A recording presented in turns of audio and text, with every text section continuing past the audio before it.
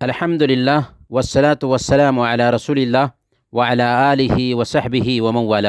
پیارے بھائیوں اور دینی بہنوں، السلام علیکم ورحمۃ اللہ وبرکاتہ۔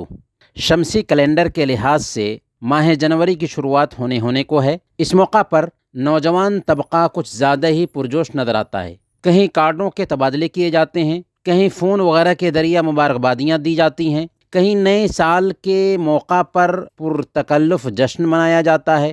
نئے سال کے جشن پر غیر مسلم تو کیا، مسلم سماج کے بہت سے افراد بھی پیچھے نہیں ہوتے۔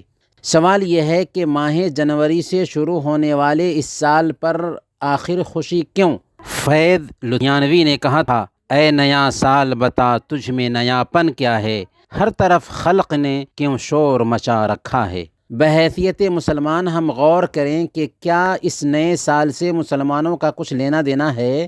کیونکہ جنوری سے شروع ہونے والے نئے سال کا مسلمانوں سے کوئی تعلق نہیں ہے۔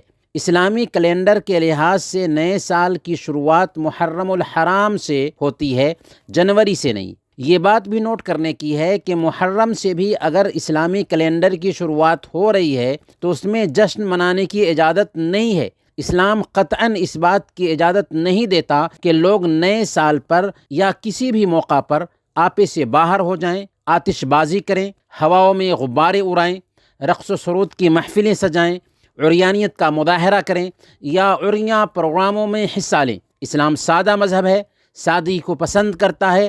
خرافات، لغویات اور بیجا حرکتوں کے لیے اسلامی معاشرہ میں کوئی گنجائش نہیں۔ اسلام کی نظر میں بہترین عبادت وہ ہے جو اللہ کی عبادت میں گزرے اور انسانوں کی خدمت میں گزرے۔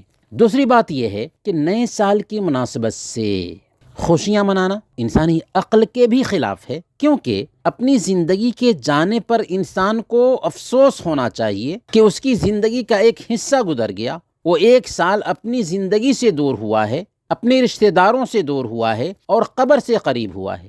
ایک اور اینٹ گر گئی دیوار حیات سے، نادان کہہ رہے ہیں نیا سال مبارک۔ اس میں خوشی کا کون سا پیغام ہے؟ پھر اسے یہ بھی سوچنا چاہیے کہ جو وقت گزرا ہے اس میں اس نے کیا کھویا، کیا پایا۔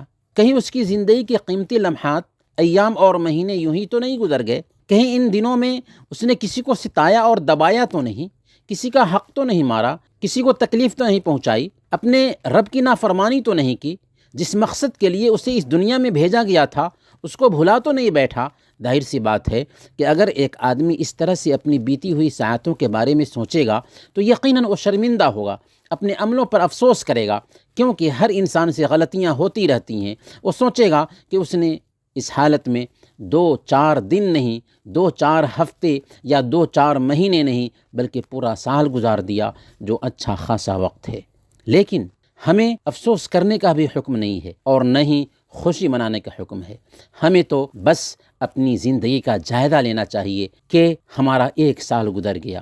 جب کیفیت اس طرح کی ہوگی تو پھر نئے سال کی آمد پر خوشی کیسی، پارٹیاں کیسی، ناچ گانا کیسا، موج مستی کیسی۔ ضرورت اس بات کی ہے کہ مسلم سوسائٹیوں، محلوں اور مسلم آبادیوں کو اس طرح کی تقریبات سے محفوظ رکھا جائے۔ اس سلسلہ میں ملت کے ذمہ داران اور حساس قسم کے افراد رول ادا کر سکتے ہیں۔ اللہ تعالی ہم سب کو صحیح سمجھ عطا فرمائے، آمین۔ وصلی اللہ علی نبینا محمد وعلی آلہ وصحبہ اجمعین۔